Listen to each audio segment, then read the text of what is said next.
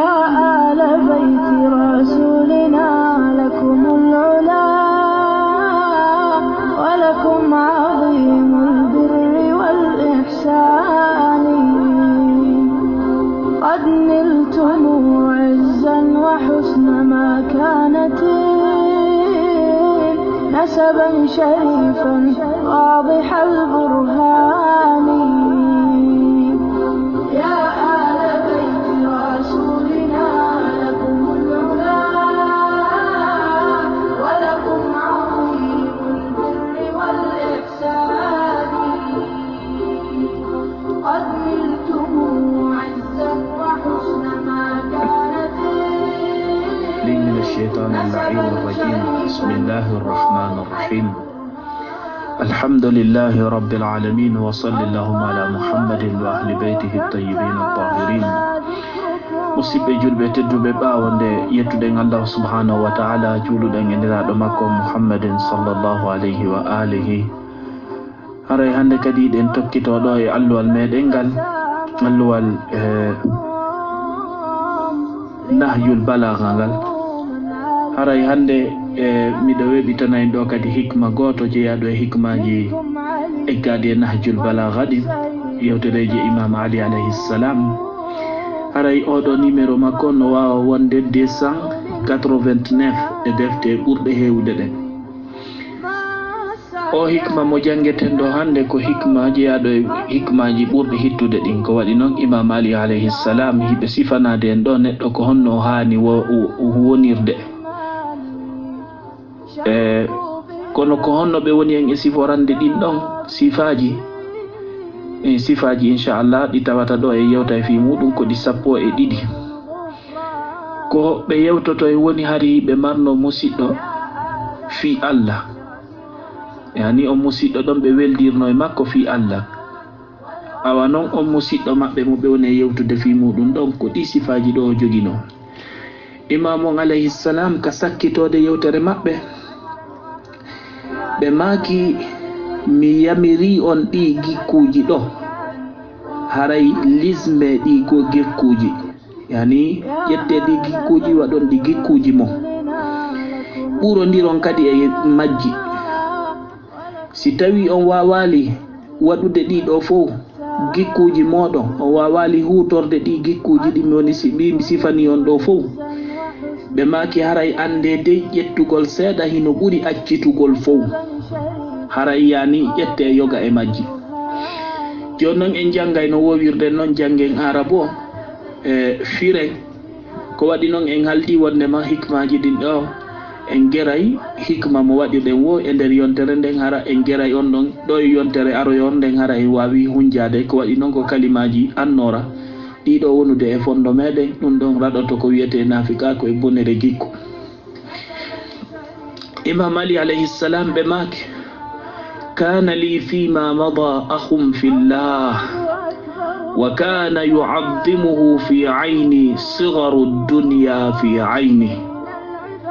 wa kana kharijan min sultani batni فلا يشتهي ما لا يجد ولا يكثر إذا وجد وكان أكثر دهره صامتا فإن قال بذ القائلين ونقأ غليل السائلين وكان ضعيفا مستضعفا فإن جاء الجد فهو ليث غاب وصلواد لا يدلي بحجة حتى يأتي قاضيا وكان لا يلوم أحدا على ما يجد العذر في مثله حتى يسمع اعتذاره وكان لا يشكو وجعا إلا عند برئه وكان يقول ما يفعل ولا يقول ما لا يفعل وكان إذا غلب على الكلام لم يغلب على السكوت وكان على أن يسمع أحرص منه على أن يتكلم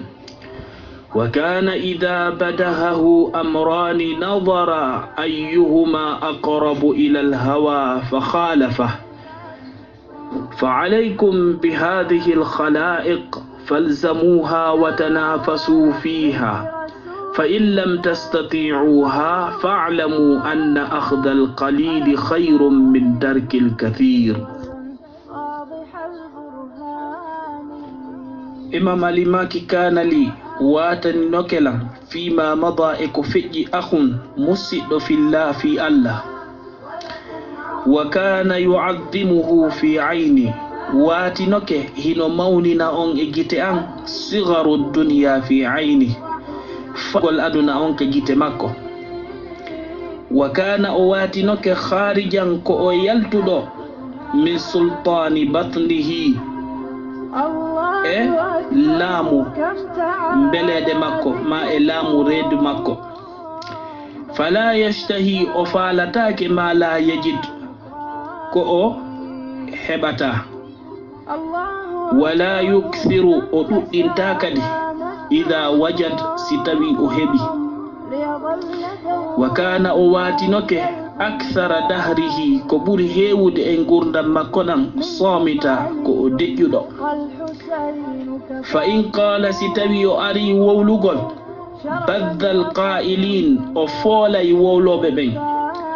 ونقع غليل السائلين أتون إنتنا دونك لندوتو ببين وكان أواتنو كنون ضعيفا كأولودو مستضعفا لئنادو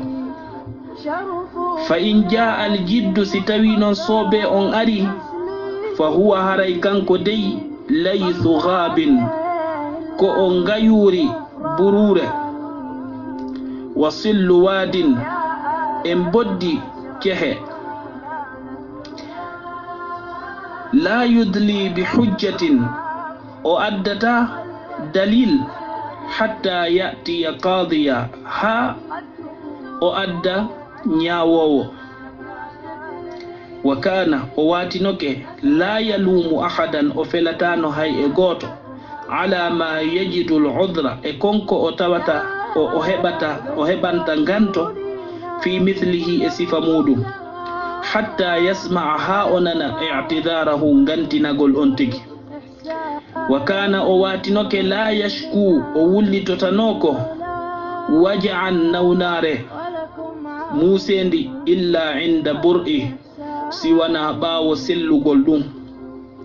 وكان أواتنوك يقول همو وولا همو ويأ ما يفعلك أهوتكم ولا يقول أويأته ما لا يفعلك أهوته وكان أواتنوك إذا غلب على الكلام كهالة لم يغلب أفولتاك على السكوت كجنتغو وكان أواتنوك على أن يسمع كند أو هدوتو أحرص منه بوري رردو دي أمود على أن يتكلم عند أولتا كو هدا غونغول براني مولو غونغول وكان أواتنوك إذا بدهه ستوي weddintininomo e makko juhimo amrani piiji ɗiɗi nawara o ndaara ayyuhuma ko hombo e ɗin piiji ɗon ɗiɗi aqrabu ɓuri ɓattade ilal hawa e mbeleɗe ɗen fa khalafahu o lundo ɗum fa alaykum mi yamiri on bi hadihi l khalaiq ɗi gikkuji ɗo falzamuha duume e ɗi watanafasu fiha folotiron e majji fa in lam tastati'uha si tawi on wawali ɗi fof majji o wawali ɗi gikkinade ɗi fof fa'lamu ande dey anna akhdal qalili ƴettugol seeɗangol jogito seeɗa khayrun ko ɗum ɓuri moƴƴude min tarkil kathir e di accitugol puygol.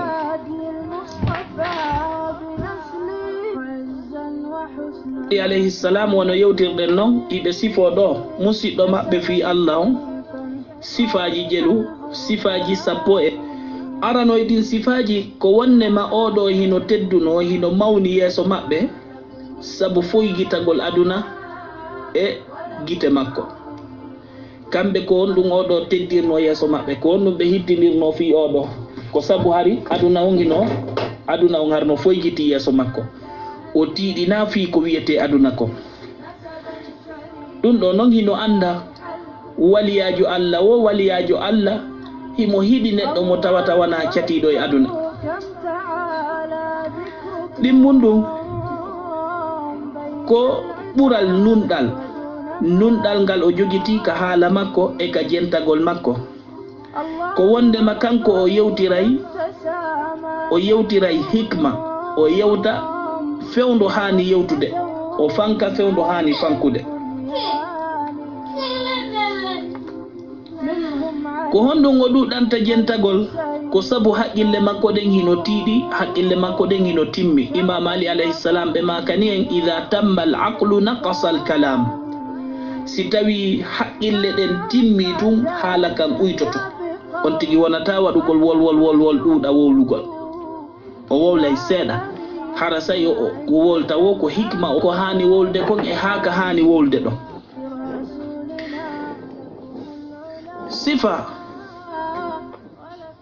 sifa ɗimmo on oɗo ko tataɓon aranno ɗen ɗo,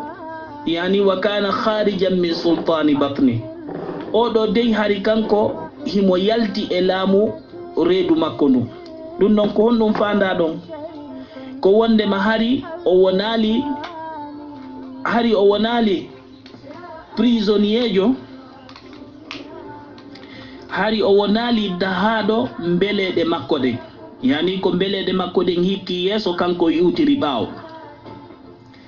ko ɗum woni kana kharijan min sultani batni, wana wigol tun ɗum ɗo no welalangi no iwtiri ɓaawo foti weli, hadi wana non kanko way,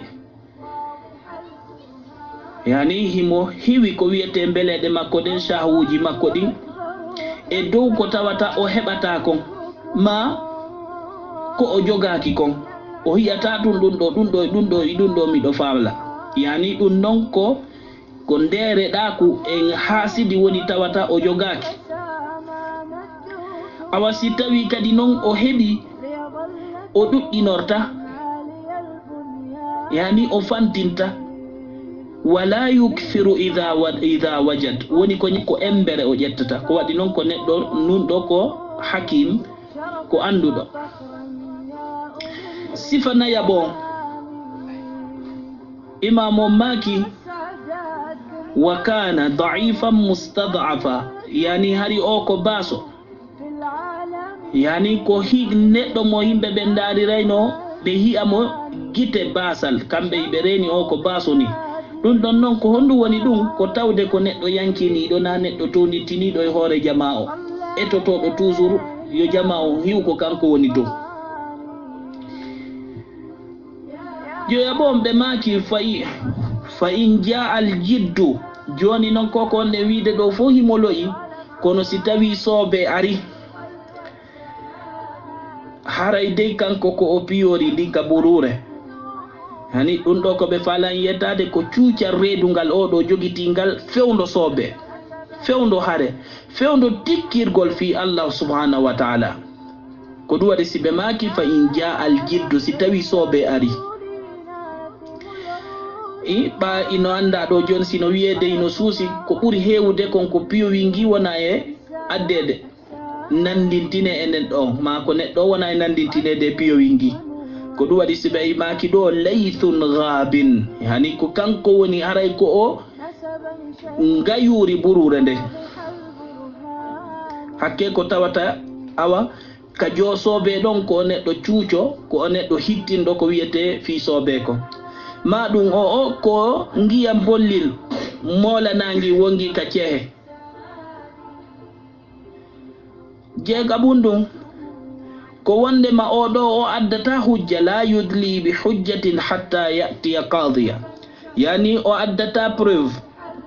o addata ɓanganduye ha o heɓa ñawowo, harana wonugol tun wowli yewtama. ɗum ɗo kañum kadi ko jiya ɗum e ɓure ko wiyete nunɗal kon, waɗugol piiji ɗin kadi hani wadde ɗon. jeɗɗaɓum ɗum ɓe maki imam Ali alayhi salam wa kana la yalumu ahadan ala ma yajidu al-udra fi mithlihi hatta yasma' tidara, ko wondema kanko o felatano hay e goto e fiyake mo tawata hino tanƴina ka ganto ka o heɓana ganto siwana ɓawo o nande ko on tigi gantini kon. Si tawi ara ko on tigi gantini kon hino hani gantinade mum ganto makko ngon hino jaɓo o jaɓa.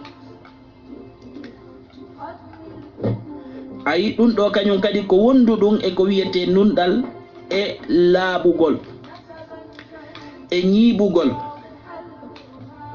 hara wana yaccagol ñaawugol himɓe ɓe mo yiwo no sikkiti. e jeetata ɓum ɗum ɓe maaki imam ali alayhi salam wa kana la yashku waja'an illa inda bur'i. wondema oɗo o wullitotanoko nawnare ma ɗum soñjamo o hawri e muɗum siwana ɓawo seedude e nawnare nden ma o seedude e on soñja. hara joni ko fillitagol yeeto jama o hari ɗum ɗo heeɓilan mi nawnuno. ko waɗi noon imam ali alayhi salam wullitagol neɗɗo yo won wullitotoɗo so ndo wo hiɓe haɗi ɗum. hiɓe haɗi yo neɗɗo woni wullowo wullitoɗo so ndo mo hiidi o hanki mi ɗanaki jemma ɗum ɗo no waɗi ɗum ɗo no waɗi. ɓe maki ko fi honɗum sabu ɓe wullitotoɗa e mum ɓen ko pecce ɗiɗi. mo wullitotoɗa on no gasa goɗɗo on ko giɗo, no gasa ko goɗɗo on ko gaño. joni si tawi ko giɗo soñjugol giɗo ino kaani puisque si tawi a yettike mo wonde ma yiɗa soñji hiɗa nawni no waɗini no wattitiri ni o sunantoma suningol giɗo labaka. ɓe maki si tawi ko gaño haray a weltinimo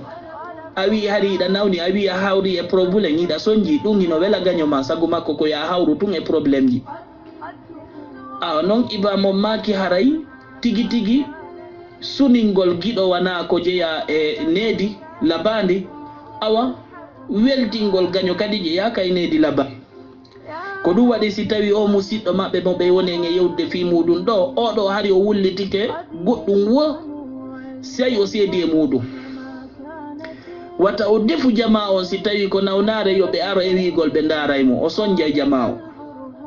mo kala accita golle muɗum ara e wigol daraymo. ko ɗum waɗi o wullitike wo o yewti fi mum wo si tawi o selli. jeenaya ɓum ɗum wa kana yaqulu ma yaf'alu wala yaqulu ma la yaf'al. yani kanko konngol ngol e kuugal ngal hari mo jokkidiri. yani o fenata o lundotako ko o fodi. sappa ɓum ɗum ɗo imam alayhi salam ɓe maki wa kana idha ghuliba ala alkalami lam yughlab ala as-sukut. si tawi o folanoma ka haala o folatake ka deƴƴere. yani si tawi yewtama ɗo ha tawi tun yeddodirama o folama yeddodire goɗɗo watamo folde ka fankugol ɓa kanko o fankay. ko ɗum waɗi si ɓe adi e yetade wo ko ɓuuri hewde e gurdam makko ari mo deƴƴigo e kanko. yani o wowli wo si tawi kaka hani wolde ɗon e embere ko hani wolde ko. ko ɗum ɗo woni sappa ɓum ɗum. sappo e go'a ɓum ɗum ɓe maki wa kana ala an yasma'a ahrasa minhu ala an yatakallam. o watinoke ko nde o heɗoto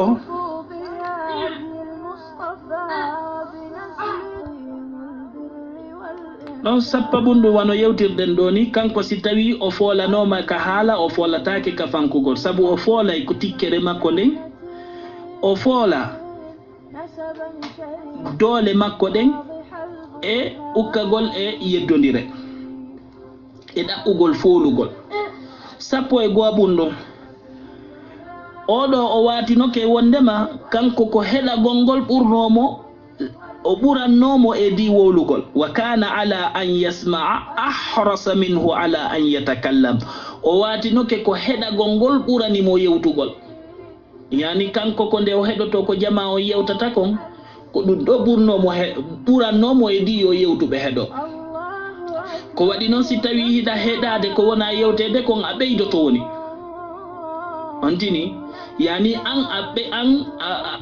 a profitay woni a heɓay woni fa'ida a nafitoray woni. amma noon si tawi ko an woni e yewtude haray ko ɗum woni ko an woni e dépensude ko an woni e jonnude. joni noon kanko hari no ɓuranimo yo heɗo jama on yewta e di kanko yo wonu yewto won kamɓe ɓe heɗo ɗum ɗo no jeyano e sifaji oɗo yani on ɗo woni 11 on mo imam on alayhi salatu alayhi wa sallam yewti en wandi noon tigi tigi alqur'ana on no yewti en fi fadila molanaɗo e fi ko wiyete heɗagol o andi ɗo fayda tigi tigi ko ɓuri hewde kon jama on fi ko wiyete heɗagol kon jama on hino mankiri ɗum moƴƴa wattangol ila e nden toɓɓere hino hitti a yiyay ɗo yiɗa yewtida ɗo e heewɓe ɗo yo a wi a gayni kanko o mijitinoke goɗɗum hayna konɗa heɗo wolde kon o heeɗi kanko sagu makko ko yo taƴe haala kan o yewta himo hawji tun ko honno o yewtirta kan kadi ko woni e saku makko kunko ko honno o wiidirta ɗum ɗo donc heɗagol ngol hino ɓuri hino moƴƴi ha alqur'ana on hino wacci heɗitotoɓe fa bashir ibad alladhina yastami'una alqawla fayattabi'una ahsana wewli jiyaɓe heɗotoɓe konngol ƴetta ko ɓuri moƴƴude ko yani heɗagol ngol Allah hino wacci heɗotoɓe 11 ɓunɗum imam o maki wa kana idha badahahu amran nadara ayyuhuma aqrabu ila alhawa fa khalafa o watinoke dey si tawi piiji ɗiɗi juhinomo piiji ɗiɗi arimo juhugol ɗum ɗo e ɗum ɗo joni ko yo suɓo gotu imam o maki o ara yo ndara e nder ɗin piiji ɗiɗi ko honɗum ɓuri ɓadade mbeleɗe ɗe ko honɗum ɓuri ɓadade mbeleɗe wonki yani si ari ɗo joni ɗanagol e immagol jemma nafa ɗin ɗo piiji ɗiɗi ɗi juhimo joni o ndara ko honɗum ko ɗanagol ngol ɓuri ɓadede mbeleɗe ɗen ka ko immagol juulangol ɓuri ɓadagol mbeleɗe ɗe donc ɗo pellet ko ɗanagol ngol ɓuri ɓadade mbeleɗe wonkiki awa o accita ɗanagol oɗo ko ni o wonirno piiji ɗiɗi si aranimo ko yo ndaaro ko honɗum ɓuri ɓadade wonki ko honɗum ɓuri ɓadade mbeleɗe wonkiki o woɗɗito ɗum ɗon imam on alayhi salatu alayhi wa sallam ɓawoɓe yewtude ɗiɗo fof majji ɓe maki noon min ɗi gikkuji ɗo ɗi gikkuji o musidɗo am fi Allah ɗo mi yamiri on ɗi musidɗo maɓɓe on ɗo fi Allah ta ko hombo woni on woɓɓe wi ko Abu Dharri lil Ghafari woɓɓe wi ko Uthman bun Maf'un woni ko wonno on akhum fillah mo ɓe onno yewtude fi muɗum ɗo hay woɓɓe ino yewti wi ko nelaɗo alayhi salatu alayhi wa sallam kono ala kulli hal ɗo ko ɓuri hittude kon ɗo koko imam on hittini fi muɗum kon ko honɗum ko gikkuji ɗin ɓe ɓuri hittinde fi mum wona wondunoɗo e majji on paɓe wolali inde makko nden ko ɗum waɗi si ɓe wi fa alaykum bi hadihi lkhala'iq la fa alaykum bi sahibi hadihi lkhala'iq yani ko enen yen gikkinor ɗiɗo ɓe ɗaɓɓi ɓe maki noon si tawi on wawali ɗi fof majji ɓano gasa ɗi sattoyay ɓe maki haray acci ande de ƴettugol seeɗangol ino ɓuri accitugol buy aray musidɓe julɓe tedduɓe so ƴewtiɗo en darnira ni yewtere men nden hara yaafo ɗon komi towni hito angon kon e salaji moɗon ɗi yaafo ɗon kadi ko yewtere nden neeɓi kon ko waɗi noon programme ji ɗin ino seeda leɗe ɗen no seeda e jandeji kadi e ko nantara sifa mum e golleji fof no jokkodiriri noon haray on yaafoto assalamu aleykum wa rahmatullah haray en weltanike wonɓe e dirisande association ji ɗin e moƴƴereji ɗin kaɓe wontiri wo haray mi salmini on onon e ɓe gurɗen assalamu aleykum wa rahmatullahi taala wa barakatuh يا آل بيت رسولنا لكم العلا ولكم عظيم البر والإحسان قد نلتم عزا وحسن مكانة نسبا شريفا واضح البرهان يا آل بيت رسولنا لكم العلا ولكم عظيم البر والإحسان قد نلتم عزا وحسن مكانة نسبا شريفا واضح البرهان الله